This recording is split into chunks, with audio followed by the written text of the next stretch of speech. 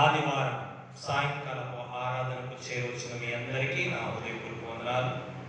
ఉదయకాలంలో దేవుడు అద్భుతంగా ఆదివారం ఆరాధన జరిగించారు. దేవుడు మనందరితో చక్కని వర్తమానం ద్వారా మనం దర్శించారు.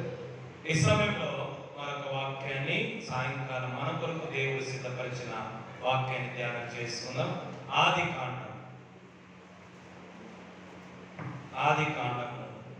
8వ అధ్యాయం 1వ వచనం తీసి పెట్టుకున్నాం. అందరూ 8వ అధ్యాయం 1వ వచనం తీసుకొని పెట్టుకోండి. అందరం కలిసి చదువుకుందాం.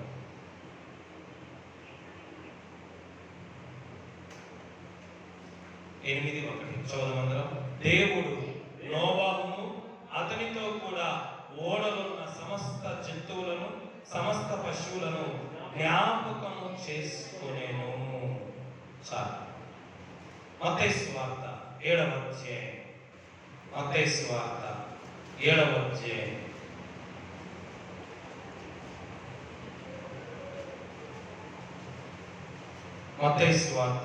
7వ అధ్యాయం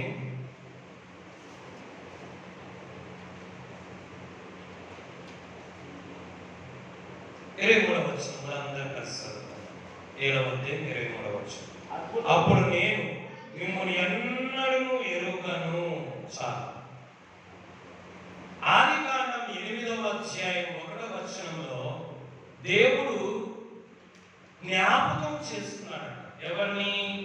నోవాహును, నోవాహు కుటుంబాన్ని, నోవాహుతో ఉన్న సమస్త జంతువులను జ్ఞాపకం చేస్తున్నాడు. జ్ఞాపకం చేస్తున్నాడంటే అర్థము మరిచిపోయినాడు, మతిమరుపు దేవునికి ఉంది అని కాదు ఇక్కడ అర్థం. జ్ఞాపకం చేసుకునడం అనగా వారి యొక్క చర్యలను, వారి యొక్క కార్యములను దేవుడు ముద్రించినట్లుగా ఎన్నటికీ గుర్తు ఉండేటట్టు చేసినాడని అర్థం. దానికి ఉదాహరణ మత్తయి సువార్త 6వ అధ్యాయం చూస్తున్నాం. మీరెవరో నాకు తెలుసు అన్నాడు. అంటే దేవుడికి జ్ఞానం లేదని అర్థం కాదు. దేవుడికి కొన్ని లెక్కలు అనేవి ఉంటాయి ప్రభు దగ్గర. నోవాహు కుటుంబాన్ని ఏమో జ్ఞాపకం మీరు నాకు తెలుసు అన్నాడు. మత్తయి సువార్తలోనేమో మీరెవరో నాకు తెలుసు అన్నాడు.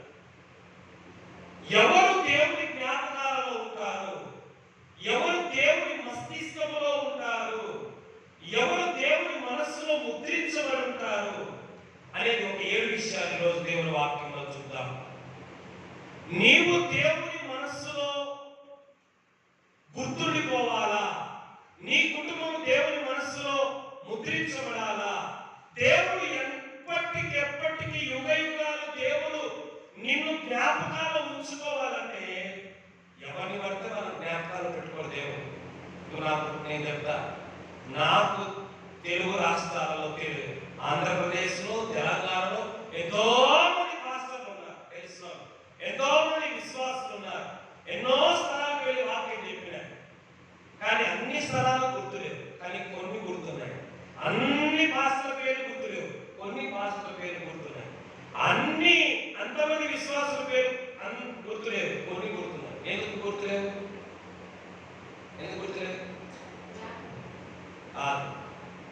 గుర్తు ఉన్నాయి అంటే అర్థం వాటికి ఎక్కువ ప్రాధాన్యత ఇచ్చాము అని అర్థం. అలాగే దేవుడికి కూడా ప్రపంచం అందరూ తెలుసు, కానీ దేవుని మనస్సులో ఎవరు గుర్తుండిపోతారు, దేవుని జ్ఞాపకాలలో ఎవరు నిలిచిపోతారు, దేవుని మనస్సులో ఎవరు ముద్రించబడతారంటే ప్రాముఖ్యమైన వ్యక్తులే.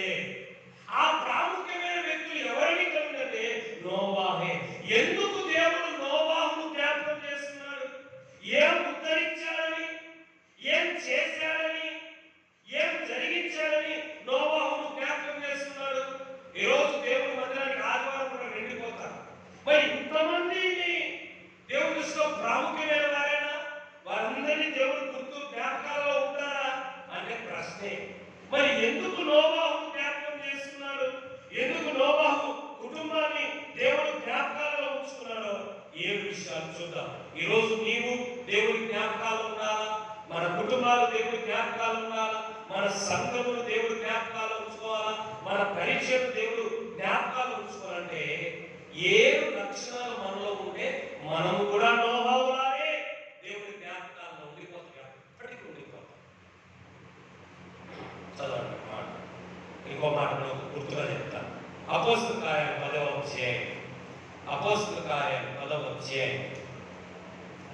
4వ వచనం.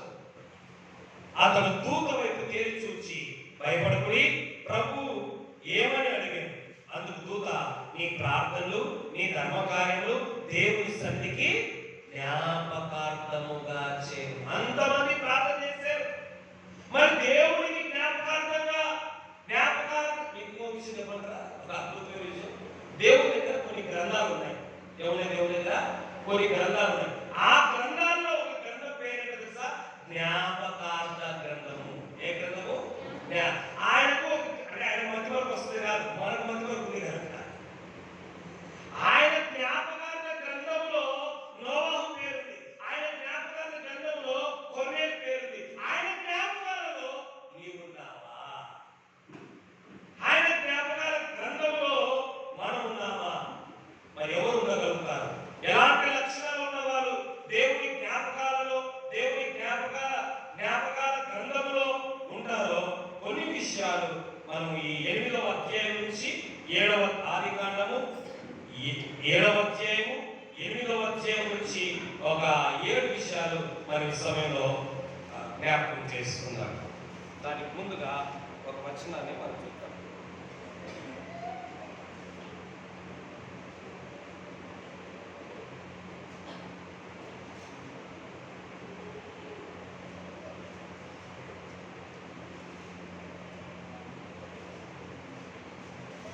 ఒక అద్భుతమైన మాటను మీకు నేను చూపిస్తాను, జాగ్రత్తగా చూద్దాం. ఆ మాటను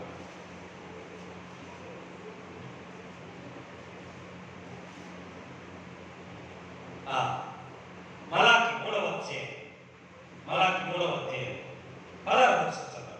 అప్పుడు యెహోవా భయభక్తులు గలవారు ఒకరితో ఒకరు మాట్లాడుచుండగా యెహోవా చెవియొగ్గి ఆలకించును, మరియు యెహోవా యందు భయభక్తులు కలిగి ఆయన నామమును స్మరించుచుండు వారికి జ్ఞాపకార్థముగా ఒక గ్రంథం ఆయన సముఖమునందు రాయబడి. ఆయన దగ్గర ఒక గ్రంథం ఉంది. ఆ గ్రంథం పేరేంటో తెలుసా? జ్ఞాపకార్థ గ్రంథం, మెమరబుల్ బుక్. ఆ బుక్ లో మన పేరుందా, మన కుటుంబం పేరుందా, మన సంఘం పేరుందా, మన పరిచయం పేరుందా? ఒక ఉండాలి అనుకుంటే మనకేముండాలా? నోవాహుకున్న 7 లక్షణాలు. ఏంటి ఆ లక్షణాలు? నెంబర్ 1, 6వ అధ్యాయం ఆదికాండం 6, 7, 8వ అధ్యాయం నుంచి ఒక 7 విషయాలు చూద్దాం. ఆదికాండము 6వ అధ్యాయము 14వ వచనం. ఆదికాండం 6వ అధ్యాయం 14వ వచనం.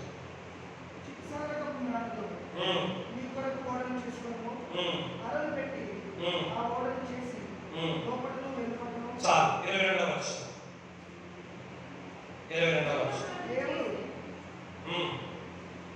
చదవండి. నోవాహు చేసెను, దేవుడు అతనికి ఆజ్ఞాపించిన ప్రకారము యావత్తు చేసెను.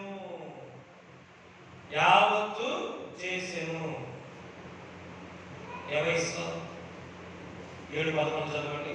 నోవాహు వయసు యొక్క 600 సంవత్సరము 2వ నెల 15వ దినమున. చాలు వినండి. మొదటిగా ఎందుకు నోవాహు దేవుడు జ్ఞాపకార్థంలో ఉంచుకోలేను? ఏమి జ్ఞాపకార్థ గ్రంథంలో ఉండేటట్టు చేసేంటే మొదటి విషయం నోవాహు కష్టం. ఏ కష్టము? నోవాహు కష్టం. ఎంతకాలం కష్టపడ్డాడు తెలుసా? చెప్పండి. నోవాహు ఓడ ఎన్ని ఇళ్ళు కట్టాడు? సండే స్కూల్లో తెలియదు, పెద్ద పిల్లలు కాదు. నోవాహు తాత ఓడ కట్టాను, ఎన్ని ఇళ్ళు కట్టాను?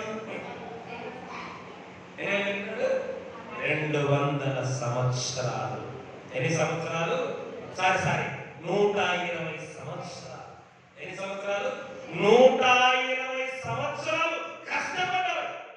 ఎవరైతే దేవుని కోసం కష్టపడతారో వారు దేవుని జ్ఞాపకాలలో ఉండిపోతారు. హల్లెలూయా.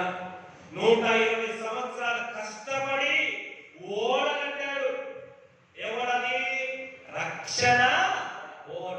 ఎవరైతే దేవుని కొరకు కష్టపడి సంఘాలు కడతారో, దేవుని కొరకు కష్టపడి మందిరాలు కడతారో, దేవుని కొరకు కష్టపడి కుటుంబాలు కడతారో, దేవుని కొరకు కష్టపడి జీవితాలు కడతారో వాళ్ళు దేవుని జ్ఞాపకాలలో ఉంటారు. ఏమన్నా కష్టపడ్డావా? పుట్టింది మొదలు మా ఆయన కోసం, నా కొడుకు కోసం, నా కూతురు కష్టపడ్డావా? కష్టపడ్డావా? చూడండి, దేవుని కోసం కష్టపడిన ఒక సంఘం ఉంది, చూద్దాం. అది ప్రకటన గ్రంథము 2వ అధ్యాయం, ప్రకటన గ్రంథము 2వ అధ్యాయం 8వ వచనం.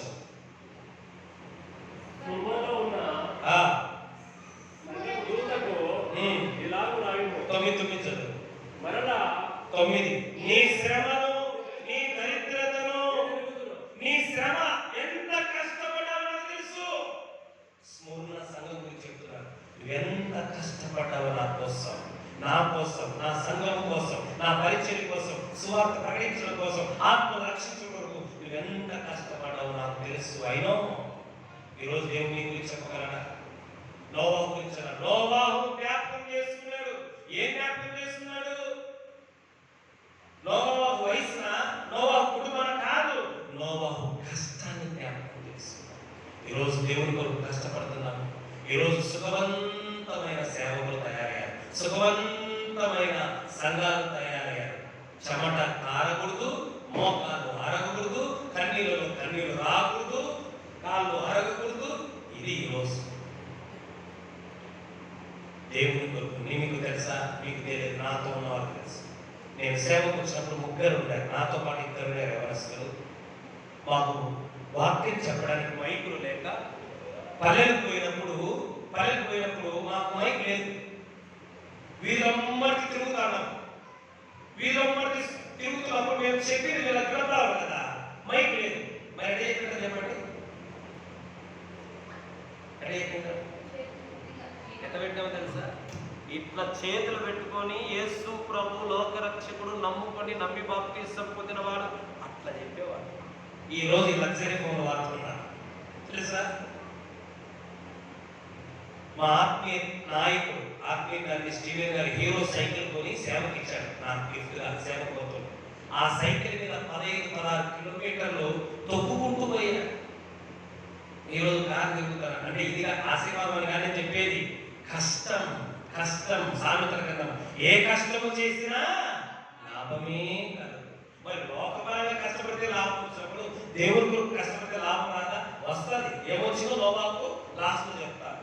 ఈరోజు ఎవరిని దేవుని జ్ఞాపకాలలో ఉంటారు, ఎవరు దేవుని, ఏ కుటుంబం దేవుని జ్ఞాపకాలు ఉంటుంది, ఏ సంఘం, ఏ పరిచయం దేవుని కోసం జ్ఞాపకాలు. సుఖవంతమైన వారు కాదు, లగ్జరీ లైఫ్ ఉన్నవారు కాదు. దేవుని కొరకు కష్టపడి సువార్త చేసేవారు, కష్టపడి పరిచయం చేసేవారు, కష్టపడి ఆత్మను సంపాదించేవారు, కష్టపడి సంఘాలు కట్టేవారు, కష్టపడి మందిరాలు కట్టేవారు. వీళ్ళు దేవుని జ్ఞాపకాలు అంటారు. అందుకే మళ్ళీ చెప్తున్నారు, నీ చేతికి వచ్చిన పని ఏదైనా, అది ఊడ్చేదైనా, సండే స్కూల్ మినిస్ట్రీ అయినా, యూత్ మినిస్ట్రీ అయినా, లేకపోతే లీడింగ్ పరిచయం అయినా, లేకపోతే 10 మంది ఆత్మను నడిపించేదైనా, లేకపోతే అడ్మినిస్ట్రేషన్ అయినా, ఏదైనా సోమరిగా, లేజీగా, పట్టి పట్టినట్టు చేయకూడదు. ఎట్లా చేయాలా? చదువు. ప్రసంగి గ్రంథం, ప్రసంగిక. దేవుడు నీకు ఇచ్చిన పని చర్చిలోనైనా, చర్చి బయట, అది చిన్నదైనా, అది పెద్దదైనా, ఎట్లా చేయాలో తెలుసా? దేవుని పని ఎట్లా చేయాలో చూద్దాం. ప్రసంగి గ్రంథము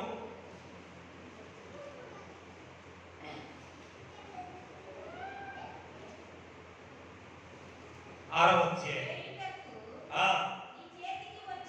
చేయుటకు నీ చేతికి వచ్చిన ఏ సండే స్కూల్ మినిస్ట్రీనా, యూత్ మినిస్ట్రీనా, చర్చి మినిస్ట్రీనా, గాస్పెల్ మినిస్ట్రీనా, ఊర్చే పరిచర్య, భోజనం వడ్డించే పరిచర్య, ఆటో పరిచర్యనా, లేకపోతే గ్రామాలకు వెళ్ళే పరిచర్యనా, లేకపోతే లీడింగ్ చేసే పరిచర్యనా, ఏ పరిచర్యనా, నీ చేతికి వచ్చిన పని ఏదైనాను నీ శక్తి లోపము లేకోకుండా, నీ శక్తి లోపము లేకోకుండా చేయాలి. అది అట్లా చేయాలి దేవుని పని అంటే.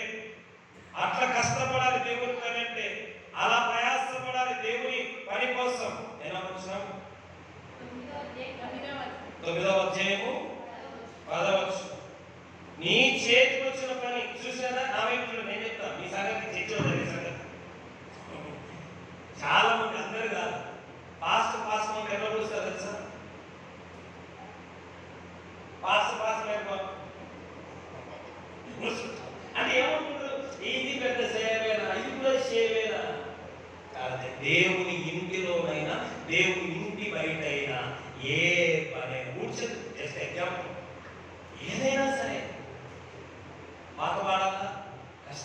నేర్చుకోవాలి. వాక్యం చెప్పాలా, కష్టపడి వాక్యం చెప్పాలి. ఏదైనా కష్టపడే వ్యక్తిగా ఉండాలి. మీకు ఎందుకు కష్టపడాలి తెలుసా? దేవుని లక్ష్యం ఏంటో తెలుసా? సోమరుడు కాదు. నీ కోసం ఈ సృష్టిని ఎన్ని రోజులు కష్టపడి చేశాడు?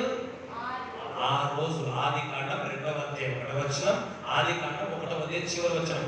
6 రోజులు కష్టపడి చెమటోడ్చి నీ కోసం ఈ అద్భుత సృష్టిని ఎందుకు చేసేది తెలుసా? తన పిల్లలు కూడా కష్టపడే వాళ్ళగా ఉండాలా, అది మనం నేర్చుకోవాలి.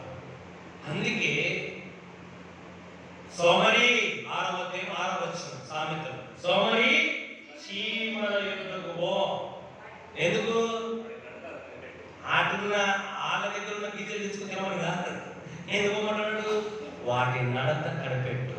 ఎంత నడత తెలుసా? చీమ ఉండేది ఘోరంత, కానీ అది దానికంటే 10 రెట్ల బరువు మోస్తుంది. దానికంటే 10 రెట్ల బరువు అంటే ఎంత కష్టపడుతుందో చూసారా?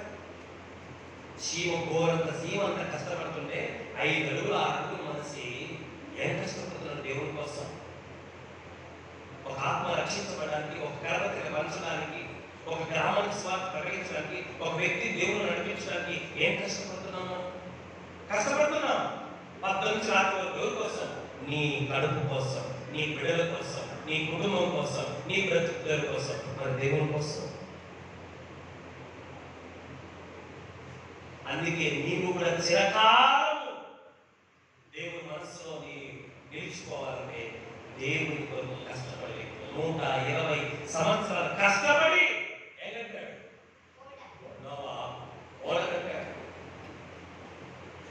ఎబ్రీ పత్రిక 11వ అధ్యాయం, ఎబ్రీ పత్రిక 11వ అధ్యాయం చెప్తున్నా. అక్కడ నోవాహు దేవుని కొరకు ఒక అద్భుతమైన రక్షణ ఓడను కట్టాడు. పేతురాసు చదువుకున్న వస్తుంది. ఈరోజు నా మాట, ఈరోజు విశ్వాసం ద్వారా సంఘాలు కట్టబడుతున్నాయి. ఆది సంఘం ఎవరి ద్వారా కట్టబడింది? పేతురు సువార్త ప్రకటించినాడు, వినండి, ప్రకటించినాడు, 3000 మంది రక్షించబడ్డారు. తర్వాత సంఘం క్షేమాభివృద్ధికి విస్తరించి ఎవరి ద్వారా? నమ్మిన ప్రతి ఒక్కరు, 8వ అధ్యాయం 7వ అధ్యాయం, నమ్మిన ప్రతి ఒక్కరు, చెదిరిపోయిన ప్రతి ఒక్కరు స్వార్థ ప్రకటించాడు, ఆత్మను సమీకరించాడు, సంఘాలు కట్టాడు. సంఘం కంటే పై సేవకుడికి సేవకురాలంటే నీ ప్రేమ. సంఘం పెద్దది అనుకుంటే నీ ప్రేమ. ప్రతి రక్షించబడిన ప్రతి ఒక్కరు ఆత్మను రక్షించే వారే ఉన్నారు. సంఘంలో చేర్చబడిన ప్రతి ఒక్కరు అనేకులు సంఘంలో చేర్చేవారే ఉన్నారు. అది విశ్వాసం. సంఘం అనగా ఏ ఎవరు? పాసే, వాటర్ పాసే, వాకింగ్ పాసే, ఆరాధన పాసే, లీడింగ్ పాసే, కావులో పాసే, ఈ మూడు పాసే. మిగతా ఎందుకు? బ్యా అని పడక, బ్యా అని పడక, గల్ల సంచి కాళ్ళ పడిపోవడాక. ఎందుకు మనం వచ్చింది? ఒక దైవజను ద్వారా, దైవజను కష్టం ద్వారా నేను రక్షించబడ్డా, నా కష్టం ద్వారా 10 మంది రక్షించబడాలా. ఇది విశ్వాస లక్షణమైన. రేపు ఉదయం, రేపు ఆధారం చెప్తారు. ఎవరో జీవితంలో 7 విషయాలు, బండపల్లి 3 అయితే నీకు 7 విషయాలు చెప్తారు. ఫస్ట్ పాయింట్ ఇది కూడా వస్తుంది. ఆడికు తర్వాత ఆలోచిద్దాం. కనుక మన జీవితంలో నోవాహులాగా మనం కూడా శాశ్వతంగా దేవుని మనసులో గుర్తుండిపోవాలా, ఉండిపోవాలంటే మనం ఏం చేయాలా? దేవుని కొరకు కష్టపడే వారే దేవుని చూసుకుంటే. రెండవ విషయం చూద్దాం. రెండవ విషయం 6వ అధ్యాయం 22వ వచనం. 6వ అధ్యాయం 22వ వచనం. నోవాహు అట్లు ఇది అట్లా. మనం ఇక్కడ ఏమంటాం? రాయలసీమలో ఏమంటారు? అత్రాసన అంటారు, ఓడలు అంటారు, కోస్తా పోతే కదా ఏమంటారు? అట్లు. ఏమంటారు? తినేవి అట్లు, వచ్చేవి డౌట్లు. తినేవి అట్లు, వచ్చేవి డౌట్. దేహం ఉన్నది సందేహం కొరక. అట్లు చేసేవు అంటే అర్థమైంది. దేవుడు ఎలా చెప్పాడో అలా చేశాడు. దానిని ఏమంటారు తెలుసా? ఒబీడియన్స్, విధేయత. ఎందుకు నోవాహును దేవుడు జ్ఞాపకాలు ఉంచుకున్నాడంటే, ఒకటి కష్టపడే మనస్సు కలిగిన వాడు కనుక దేవుడు గుర్తుపెట్టుకున్నాడు. రెండవది విధేయత కలిగిన వారు. విధేయతగా దేవుడు చెప్పింది చెప్పినట్లు చేయడమే విధేయత. మీకు ఇంకో విషయం చెప్పంటారా? నాకు చాలా ఇష్టమైనది దేవుని వాక్యంలో కూడా ఎప్పటికీ చెరగనిదిగా ముద్రించబడింది సమూయేలు గ్రంథంలో ఒక అద్భుతమైన మాట ఉంటుంది. పొట్టేళ్లను 15వ అధ్యాయము 22వ వచనం. మొదటి సమూయేలు 15:22 త్వరగా. అందుకు సమూయేలు తాను సెలవిచ్చిన ఆజ్ఞను ఒకడు గైకొనుట అనగా చేయుట అనగా లోబట్ట అనగా విధేయత చూపుట వలన యెహోవా సంతోషించినట్లు ఒకడు దహన బలులను అర్పించడం వల్ల ఆయన సంతోషించిన ఆలోచించుము. బలులు అర్పించడం కంటే ఆజ్ఞను గైకొనుట, పొట్టేలకు అర్పించడం కంటే మాట వినుట. నీవు పాటలు పాడడం కంటే, నువ్వు వాక్యం చెప్పడం కంటే, నువ్వు ఆరాధన చేయడం కంటే, నువ్వు కానుకలు సమర్పించడం కంటే శ్రేష్టమైనది తెలుసా? ఆయన వాక్యానికి లోబడి విధేయత చూపడమే. దేవునికి స్తోత్రం. అదే ఆయన కావాలి. నోవాహు అన్నాడు, నోవాహు నువ్వు ఓడ కట్టాలా? నేనా? నా వయసు ఎంత తెలుసా అన్నాడా? కట్టు అనగానే మెడ వంచాడు. విధేయత అనగా మెడ వంచాలి, తల వంచాలి. దేవుడు చెప్పిన ఆహా ఊహు ఇప్పుడు కాదు, రేపు పోతా, ఇప్పుడు చేయలేవు, రేపు చేస్తా, ఇప్పుడు నాకు కుదరదు అనకూడదు. దేవుడు ఏం చెప్పినా యాక్సెప్ట్ చేయడమే విధేయత అంటే. 2005వ సంవత్సరం టెరిస్మోస్ లీడర్షిప్ ట్రైనింగ్ సెంటర్లో 1వ సంవత్సరం అయిపోయి 2వ సంవత్సరం అడుగు పెడుతున్నప్పుడు మా నాన్న రైల్వే ఎంప్లాయ్ చనిపోయారు. నాకు తెలియదు. మీ నాన్న సీరియస్గా ఉంది రానంటే మధ్యరాత్రిలో ఏ బస్సు ఎక్కారు కూడా నాకు తెలియదు. ఏ రూట్లోనో వచ్చేసి మొత్తానికి ముద్దులో దిగాను. ముద్దులో గేట్ కాడికి వచ్చేసరికి పాటలు వినపడుతున్నాయి.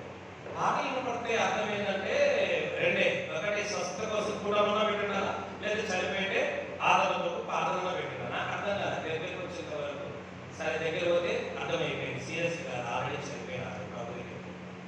అప్పుడు 2వ సంవత్సరం అడుగు పెట్టారు కాలేజ్. అప్పుడు మా నాన్న చనిపోయిన తర్వాత నాది ఐటీ అయిపోయింది. ఐటీ ఎలక్ట్రిషన్ అయిపోయింది. డిప్లొమా జాయిన్ కావాలి, బద్వేలు డిప్లొమా జాయిన్ కావాలి. కడపలో ఐటీ కంప్లీట్ అయిపోయింది 2 years. డిప్లొమా జాయిన్ కావాలి బద్వేలు. అప్పుడు జాయిన్ కావాలా, జాయిన్ లెటర్ వచ్చింది, ట్రైనింగ్లో ఉన్నా. మా నాన్న చనిపోయిన ఇక్కడ జాబ్ నాకు వచ్చింది. ఇప్పుడు ఏం చేయాలి?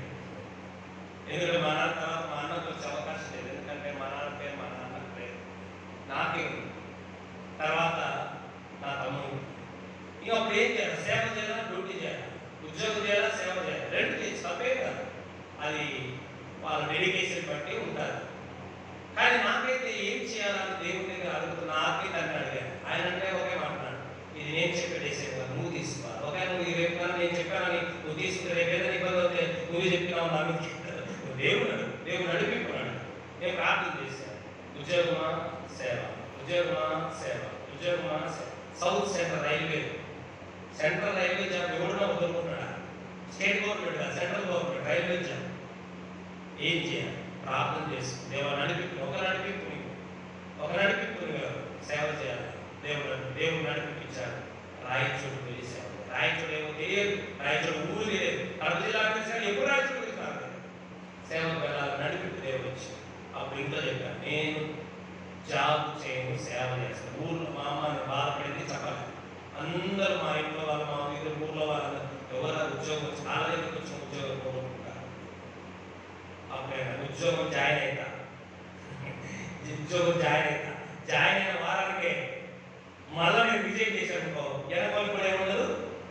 ఒక్కసారి జాయిన్ అయ్యి రిజైన్ చేస్తే ఎనకోలకు అవకాశం ఉండదు. అంటే జాయిన్ చేయకముందే రిజైన్ చేయడం వల్ల, జాయిన్ కాకుండా అయినా రిజైన్ చేయడం మీరు ఆలోచించారు. ఇక జాయిన్ కాకముందే డ్రాప్ అయిపోయినా. మా తమ్ముడు జాబ్ చేస్తున్నాడు. ఇప్పుడు కూడా జాబ్ చేస్తూ ఆదివారాల్లో సంఘ పరీక్షల్లో చేసే సంఘాల్లో ఆయా సంఘాలు వెళ్ళి వాళ్ళ వరకు పార్ట్ టైం సేవ చేస్తూ జాబ్ చేస్తూ సేవ చేస్తున్నారు. మన జీవితంలో గుర్తుపెట్టుకోవాలి. ఏం గుర్తుపెట్టుకోవాలి?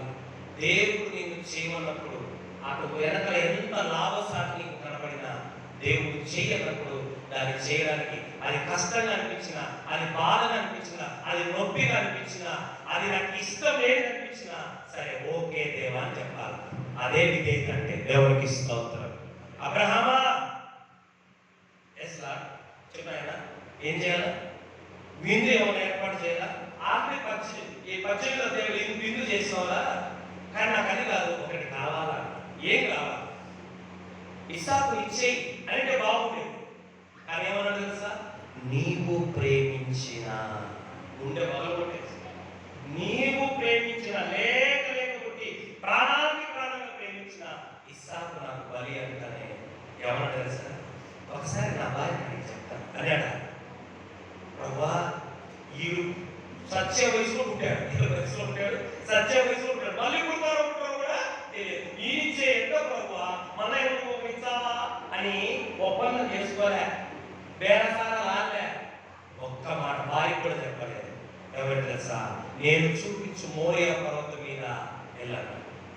అదే విధేయత. ఈరోజు క్రైస్తవులు ఏదైనా చేస్తారు కానీ దేవుడు చెప్పిన దానికి తలవంచడంలో ఈరోజు క్రిస్టియానిటీ ఫెయిల్ అయిపోయింది.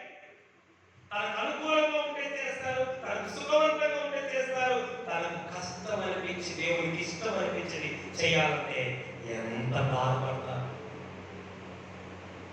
పేతురు, నిన్ను మనుషులు పట్టు జాగ్రత్త చేస్తాడు. ఆ ఫిష్ ద్వారా వచ్చినంత లాభం వదిలి రాకనే ఒక్క మాట కూడా మాట్లాడాలి. ఈరోజు దేవుని వాక్యం వింటున్నాం, దేవుని వాక్యాన్ని చదువుకుంటున్నాం, దేవుని వాక్యం చెబుతున్నాం, దేవుని వాక్యం రాసుకుంటున్నాం. నీవు వినే వాక్యం, నువ్వు చదివే వాక్యం, నువ్వు చెప్పే వాక్యం, నువ్వు తెలిసిన వాక్యానికి లోపడుతున్నావా? అదే అసలైన విషయం. 28 ద్వితీయోపదేశకాండం 28వ అధ్యాయం 1వ వచనం. 28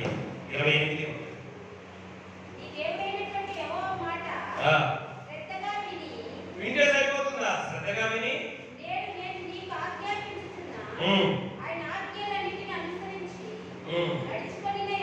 అది అసలు విషయం అంటే అనుసరించడం అంటేనే విధేయత. మూడో విషయం నోవహును ఎందుకు దేవుడు జ్ఞాపకాలు ఉంచుకున్నాడు? చెక్కు చెదరకుండా బండల మీద రాయలే, ఆయన గుండెల మీద రాస్తున్నాడు నోవహు పేరు. ఈరోజు మన దేవుని హృదయం మీద మన పేరు లిఖించబడాలి, దేవుని జ్ఞాపకాల గ్రంథంలో మనం లిఖించబడాలంటే మూడో విషయం చూద్దాం. మూడో విషయం 7వ అధ్యాయము 8వ అధ్యాయము 2 అధ్యాయాలు చదివితే టైం అయిపోతుంది కనుక 2 అధ్యాయాలు రాసుకోండి.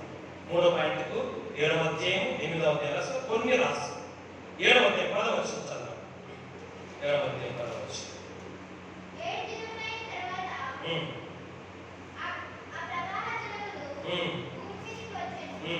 నోవహు వయస్సు యొక్క 600 సంవత్సరం 2వ నెల 10వ దినమున మహాగాధ జలము ఊడలన్నీ ఆ దినమందే విప్పబడి.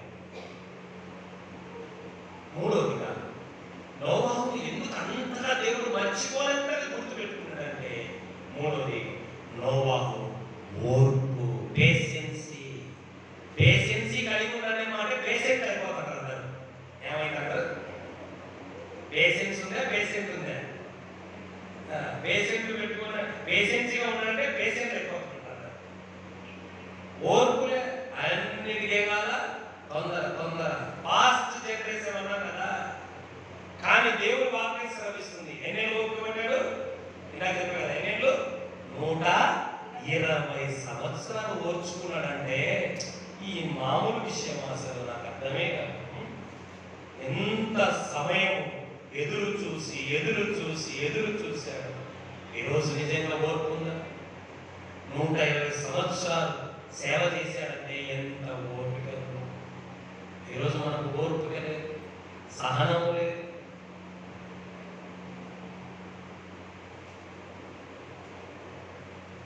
ఓర్పు అనే చెట్టు చేదుగా ఉంటుందంట, కానీ దానికి కాయలంతా ఎలా ఉంటుందంట? తీయగా ఉంటుంది. ఎంత అద్భుతం! ఓపిక పడ్డాడు. నా వైపు చూడండి, చెప్తాను. దావీదు నువ్వు రాసు అభిషేకించాడు. అభిషేకిస్తే రాజు అయిపోయినాడా? ఎన్ని ఓపిక పడ్డాడు?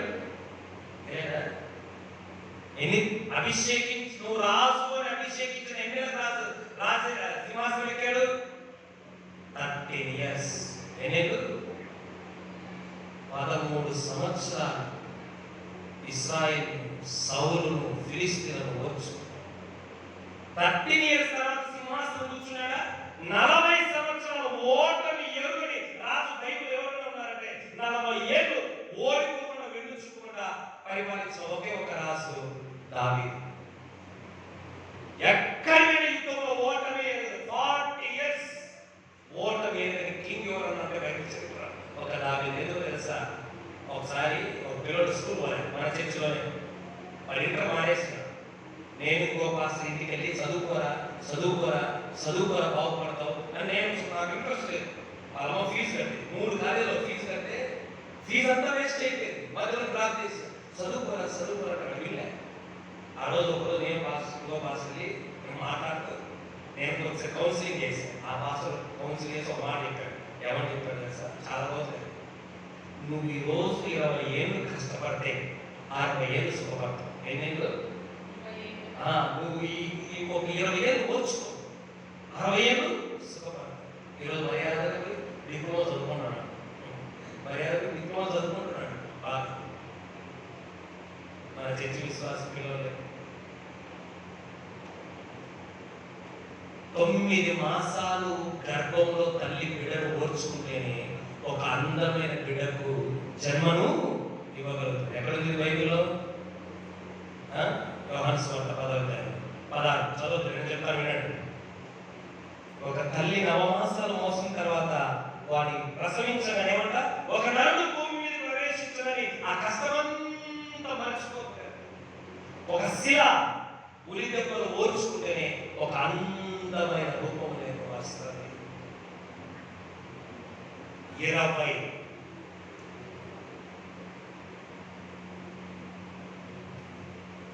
18 సంవత్సరాల ఓర్పుకు ప్రతిరూపమే ఈ రాయచోటి సెట్. ఈ మందిరం యొక్క రూపం తెలుసా? 10 సంవత్సరాల పనిగా 11 సంవత్సరాల ఓపికకే బండపల్లి చర్చి ఒక రూపం వచ్చింది. ఓర్చుకో. ఎంతో మంది ఆ భాషకు చర్చి లేదు, ఆ భాషకు మందిరం లేదు, ఆ భాషనే రాయచోట్లో పాస్టర్ అంటే ఎవరో పాస్టర్లను పరిచయం చేసినే లేదు. రాయచోట్లో ఫెలోషిప్ స్టార్ట్ చేసినే లేదు. పాస్టర్ ఇతరులు ఎవరికి లేదు. అందరిని తీసుకొచ్చి ఒక ఫెలోషిప్ గా చేసి వాళ్ళందరినీ పరిచయం చేసి నేను వాళ్ళేమన్నా నాకు చర్చి లేదు, పరిచయం లేదు, ఏమి లేదు. ఓపెనింగ్ వచ్చిన తర్వాత అందరికీ కళ్ళు బయలు ఓర్చుకోవాలి. నిందలు ఓర్చుకోవాలి, అవమానాలు ఓర్చుకోవాలి, కష్టం ఓర్చుకోవాలి, బాధను ఓర్చుకోవాలి. ఆ ఓర్పుకు ప్రతిరూపాలే ఒక అద్భుతమైన కార్యాన్ని దేవుడు మనకి ఇస్తాడు. దేవునికి స్తోత్రం.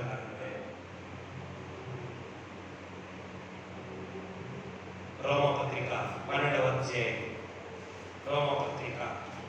అందుకే ప్రతిదానికి తొందరపడిపోవాకండి, ప్రతిదానికి ఆవేశపడిపోవాకండి, ప్రతిదానికి ఆందోళన చెందాకండి, ప్రతిదానికి ఆతృత పడాకండి. ఒక సమయం ఉంది, నిర్ణయ కాలం ఉంది. తొందరపడి మీరు కూడా శాపాన్ని పని చేసేస్తారు. చాలా అంటే ఏరా అంటారు ఈరోజు. కానీ ఆచారం ఉంది, నా యజమానుడా అంటే ఈరోజు చాలా బద్దలు ఎవరు చాలా అంటే ఏరా అంటారు. 12వ అధ్యాయము రోమపత్రిక 12వ అధ్యాయము 12వ వచనం. నిరీక్షణ గలవారై సంతోషించుతూ శ్రమయందు ఓర్పు కలిగి ఉన్నారు. ఓర్పు అనేది చాలా గొప్పది. ఎబ్రీ పత్రిక ఓర్పు వలన దేవుని వాగ్దానాలు స్వతంత్రించు. దేవుని వాగ్దానాలు ఇచ్చారు. నేను జనవరి ఒక వాగ్దానం తీసుకున్నాను, నేను బైబిల్లో పెట్టుకున్నాను, రోజు చేయబెట్టుకుని ప్రార్థన చేసుకుంటున్నాను, రోజు పెట్టుకుని చూసుకుంటున్నాను అంటే నెరవేరదు. ఎప్పుడు నెరవేరేది? ఓర్పు వలన వాగ్దానాలు నెరవేరుతాయి. క్రీస్తునందు అన్నీ అవునన్నట్టే ఉన్నాయి. ఆ కాంట్రవర్సీ ఎందుకు లేదు మనకు? అవునన్నట్టే ఉన్నాయి. దేవుడు నీకు ఒక వాగ్దానం ఇచ్చాడంటే, దేవుడు ఒక దర్శనం ఇచ్చాడంటే, దేవుడు ఒక పిలుపు ఇచ్చాడంటే ఓర్పు. చాలా మంది ఆ శాఖకు ఓర్పు లేదు. దేవుడు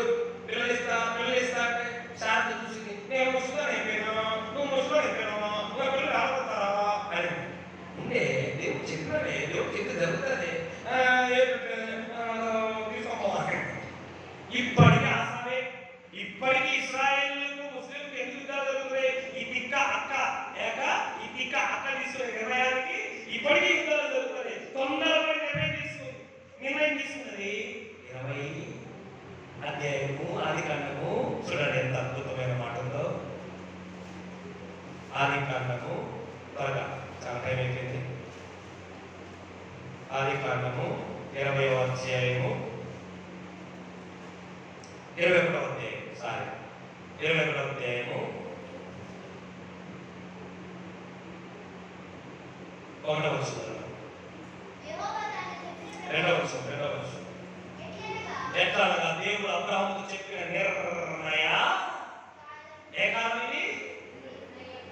దేవుడు నీ జీవితంలో, నీ కుటుంబంలో, మన జీవితాల్లో, మన కుటుంబంలో, మన సంఘంలో, మన సేవలో ఒక నిర్ణయ కాలం ఉంది. అంతవరకు ఆవేశపడద్దు, అంతవరకు తొందరపడద్దు.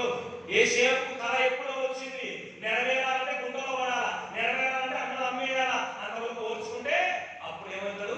సింహాసనం అయిపోతాడు. 120 సంవత్సరాల ఓపికకు ప్రతిరూపము. ప్రపంచాన్ని ఈరోజు ఏలుతున్న 3 జాతులు ఎక్కడి నుంచి వచ్చాయి తెలుసా? ప్రపంచం ఇప్పుడు ఉన్నది 3 జాతులే. ప్రపంచంలో జాతులకి 3 జాతుల నుంచి వచ్చాయి. ఏటా జాతులు? నోవాహు ముగ్గురు కొడుకులే. నోవాహు ముగ్గురు కొడుకుల నుంచి ప్రపంచంలో జాతులన్నీ వాళ్ళే, అన్యులైనా ధన్యులైనా. కారణం ఏంటో తెలుసా? తర్వాత చెప్తాను. 4వ 8వ అధ్యాయం 20వ వచనం. 8వ అధ్యాయం 20వ వచనం.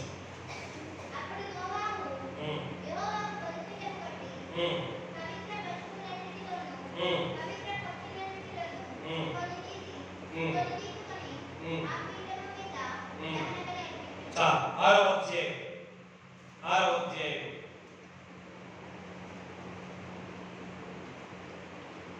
14వ వచనం.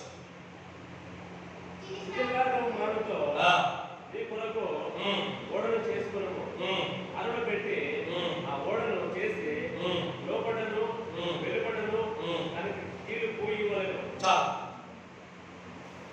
4వదిగా నోవాహు ఎందుకు దేవుని జ్ఞాపకాలు ఉండిపోయినాడంటే, 4వది నోవాహు యొక్క సమర్పణ.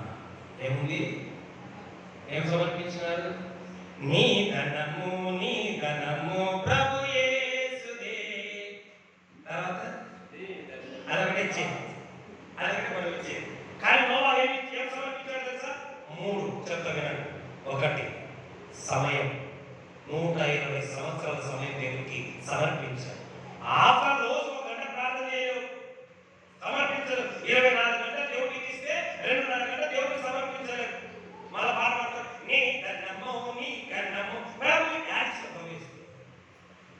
గంట ప్రభు గీలేవు కానీ అన్ని ప్రభా నువ్వేమి చెబుడా.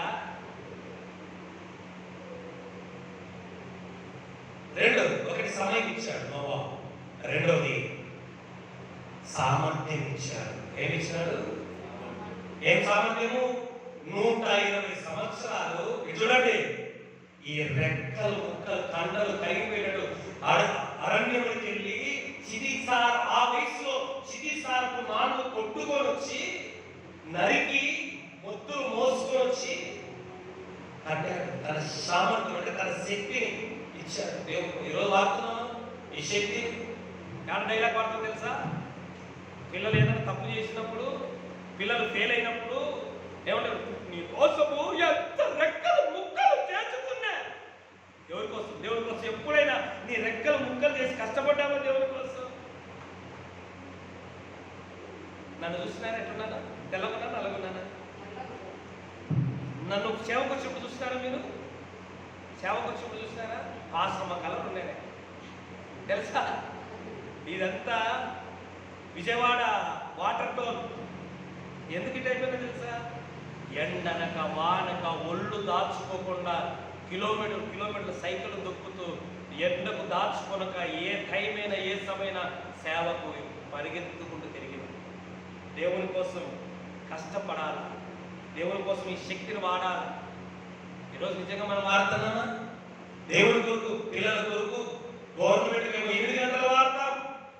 గవర్నమెంట్ ఉద్యోగస్తులు మిగతా 24 గంటలు పిల్లల కోసం వాడతాం. దేవుని కోసం నీ సమయాన్ని ఇస్తున్నావా?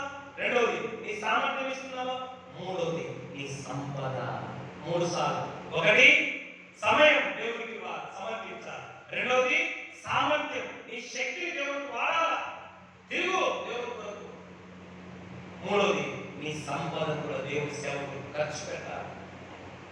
దేవుడి కోసం ఖర్చు పెట్టాలి. మీకోసం కదా, మీకు అందరికీ తెలుసు, చాలా మంది తెలియదు. ఈ మందిరం 2 లక్షలతో మొదలు పెట్టాము. పిల్లల వచ్చింది, కోళ్ళు కట్టలే, ఏం చేయాలి? మందిరం విశ్వాసం ఇచ్చే అందరూ కూలి నాలి చేసుకునే వాళ్ళు ఎట్లా కట్టాలి? ప్రభు ప్రార్థన చేస్తున్నారు. ఒక ప్రేరణ వచ్చింది.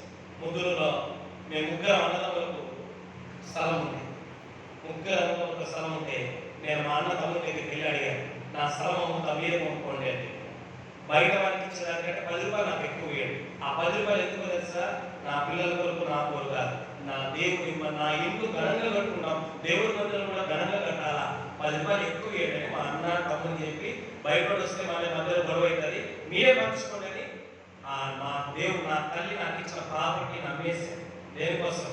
నా పిల్లలు చదివించుకోవడానికి కాదు, నాకు వెహికల్స్ కొనుక్కోవడానికి కాదు, ఇల్లు కట్టుకోవడానికి కాదు, మన దేవుడి పని జరిగించడానికి. తెలుసా? దేవుడి కొరకు మన సమయాన్ని కేటాయించాలి, మన సామర్థ్యాన్ని కేటాయించాలి. మనకు దేవుడు ఇచ్చిన సంపదను కూడా దేవుడి కొరకు ఖర్చు పెట్టాలి. అది అందుకే ఏమి సమర్పించుకున్నాడు? ఎందుకు దేవుడు చూస్తుంటే తన జీవితాన్ని దేవుడికి సమర్పణ. 4:5 పేతురు రాసిన పత్రిక 2:5 త్వరగా ఈ వాక్యం కోల్పోయే వాళ్ళు దరిద్రులే, మీరందరూ ధన్యులు.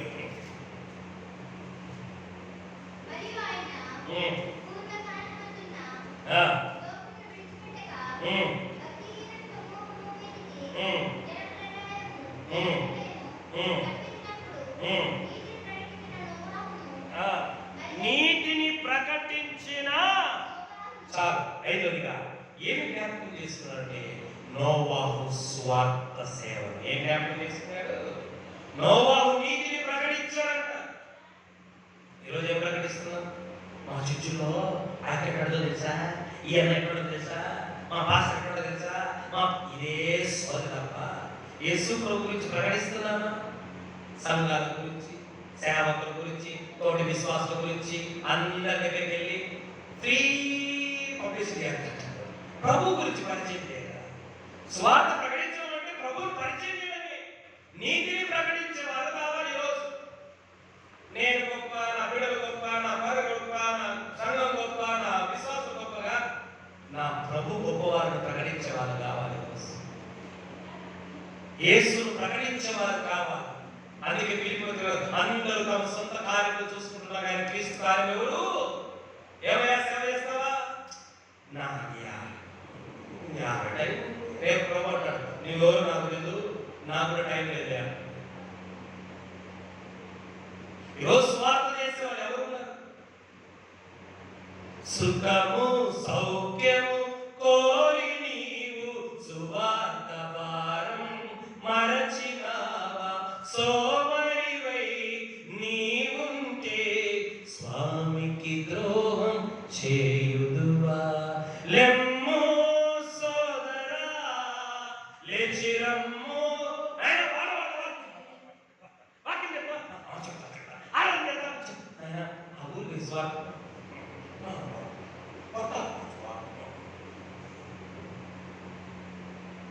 అన్నిటికీ ఎగేసుకొని వచ్చేవారు ఒక్క వ్యక్తి స్వార్థ ప్రకటించారు. 120 సంవత్సరాల స్వార్థ, ప్రపంచ చరిత్రలో 120 సంవత్సరాల స్వార్థ సేవ చేసిన ఏకైక వ్యక్తి నోవాహు. దేవునికి స్తోత్రం. ఏం నోవాహు అంటే మామూలు నీతిని ప్రకటించిన నోవాహు. మత్తయి సువార్త 24 చదువుతుంది. నోవాహు దేవుడు సువార్త ప్రకటించిన, ఆత్మలకు స్వార్థ ప్రకటన. బంధువులు, నీ ఇంట్లో వాళ్ళ స్వార్థ ఎక్కువ, నీ వీధిలో వాళ్ళ స్వార్థ ఎక్కువ, నీ బంధువులకు స్వార్థ ఎక్కువ, నీ కొలిక్కి స్వార్థ ఎక్కువ, వాళ్ళకు అర్థమయ్యేదిలోనే ఎక్కువ. స్వార్థం ఏమో కాదు, యేసును పరిచయం చేయడమే, శిలువను పరిచయం చేయడమే, పరలోకాన్ని పరిచయం చేయడమే స్వార్థ. నీకేమో కాదు. నూట 20 సంవత్సరాల స్వార్థ. ఈరోజు మళ్ళీ చెప్తా వినండి. నమ్మిన ప్రతి విశ్వాసి స్వార్థ ప్రకటించడం మొదలు పెట్టింటే భారతదేశం ఎప్పుడో స్వార్థీకరణ అయిపోయేది. తెలుసా? నమ్మిన ప్రతి విశ్వాసి స్వార్థ చెప్పింది. ఆ రోజుల్లో మిస్త్రీలు చేసినట్టుగా మిస్త్రి తర్వాత తరం చేసినట్టుగా ఈ తరం చేసింది ఎప్పుడో సువార్త అందరికీ అందేది. యేసుప్రభు రాక ఎందుకు చూడండి, యేసుప్రభు ఎందుకు రావట్లేదు చెప్పండి. దాని తర్వాత అసలు సువార్త ఎందుకు యేసుప్రభు రావట్లేదు తెలుసా? ఈ దరిద్ర విశ్వాసం వల్లే రాదు యేసుప్రభు. ఎందుకు తెలుసా? అంతటా అందరికీ సువార్త ప్రకటించడం అటు పిమ్మట ఆయన రాదు. ఎందుకు సువార్త ఏం యేసుప్రభు? ఈ యేసుప్రభు ఎందుకు రాలేదు తెలియక ఈ కర్ణాటక సుధా కర్ణాటక గారు లలిత్ కుమార్ గారు మూడేళ్ళు యాదేశ్వర కాలం యేసుప్రభు చెప్పి ఇప్పుడు ఇంకేదైతే ఇంకా రాలేదే ఎందుకు రాలేదా? మా వాళ్ళ దగ్గర మా వాళ్ళ ముందు సువార్త చెప్పిస్తే ఇప్పుడు యేసుప్రభు వచ్చేవారు రాక వచ్చేది నువ్వు నరకం పోయేవాడు మేము పరలోకం మొదటి స్వార్థ చదువు. అంతటా అందరికి నమ్మితే కాదు, అంతటా అందరు నమ్మాలని లేదు, అంతటా అందరికి స్వార్థ ఉంటే సార్ ప్రభు రాక వచ్చేస్తారు. ఇప్పుడు ప్రభా నేను సోమమైనా నాకు నిద్ర వచ్చింది, నేను అలసిపోయినా, నేను పని చేసుకున్నా, నేను బిడ్డ ఎత్తానా, నేను వచ్చేస్తానా ఉండు ఉండు రాకు ఉండు మనమే చెప్తాను. ఎక్కడ పడితే ఎక్కడ అవకాశం ఎక్కడ తెలివి మూకంగా చెప్పచ్చు సువార్త వింటే చెప్పు, వినకపోతే వదిలేసి పాలు వచ్చేసాను. ఎబ్రీ పత్రిక 11:7 2 కొరింథీ పత్రిక 5:7 నోవాహు విశ్వాసం ఏంటి?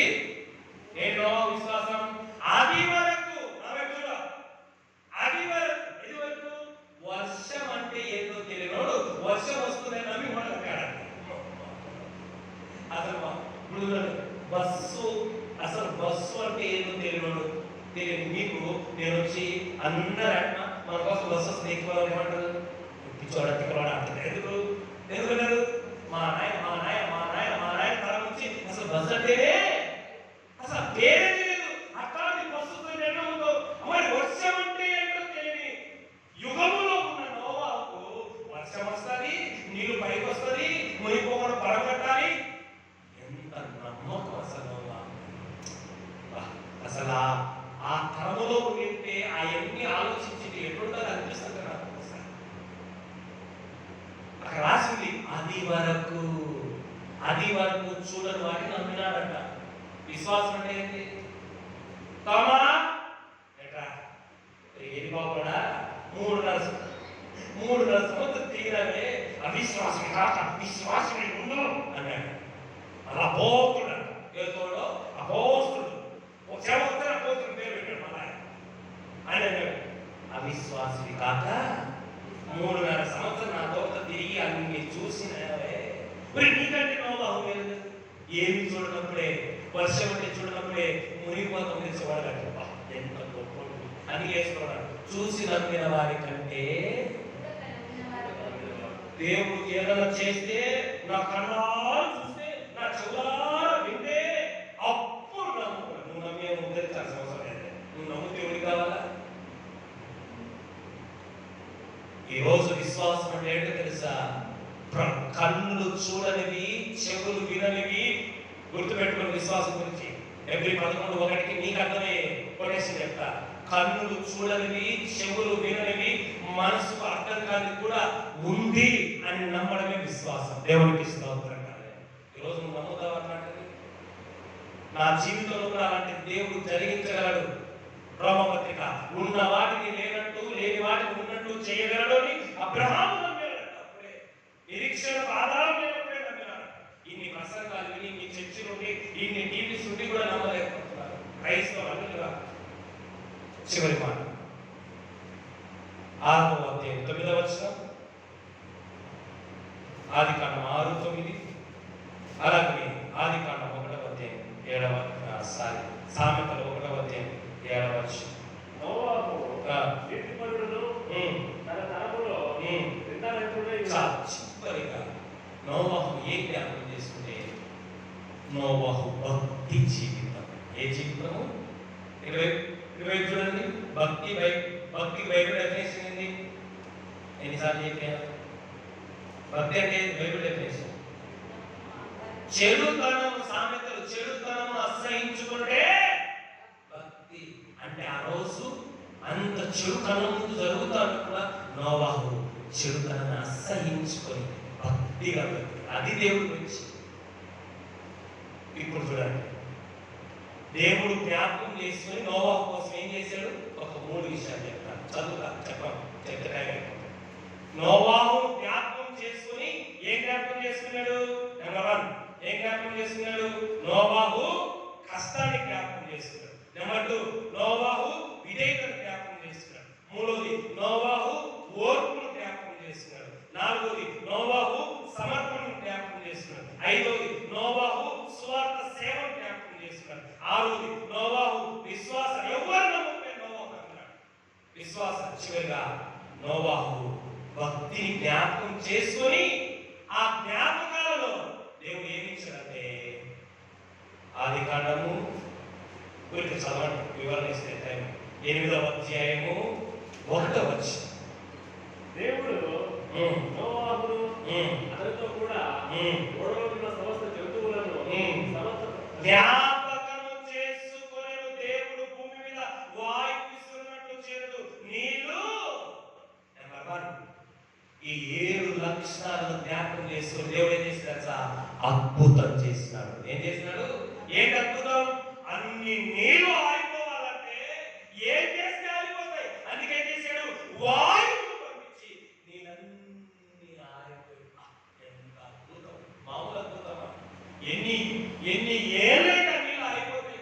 అరారాధ పర్వతం అంత నీళ్లు ఎప్పుడు ఆగిపోయేది? నేల మీద కాలు పెట్టేది ఎప్పుడు?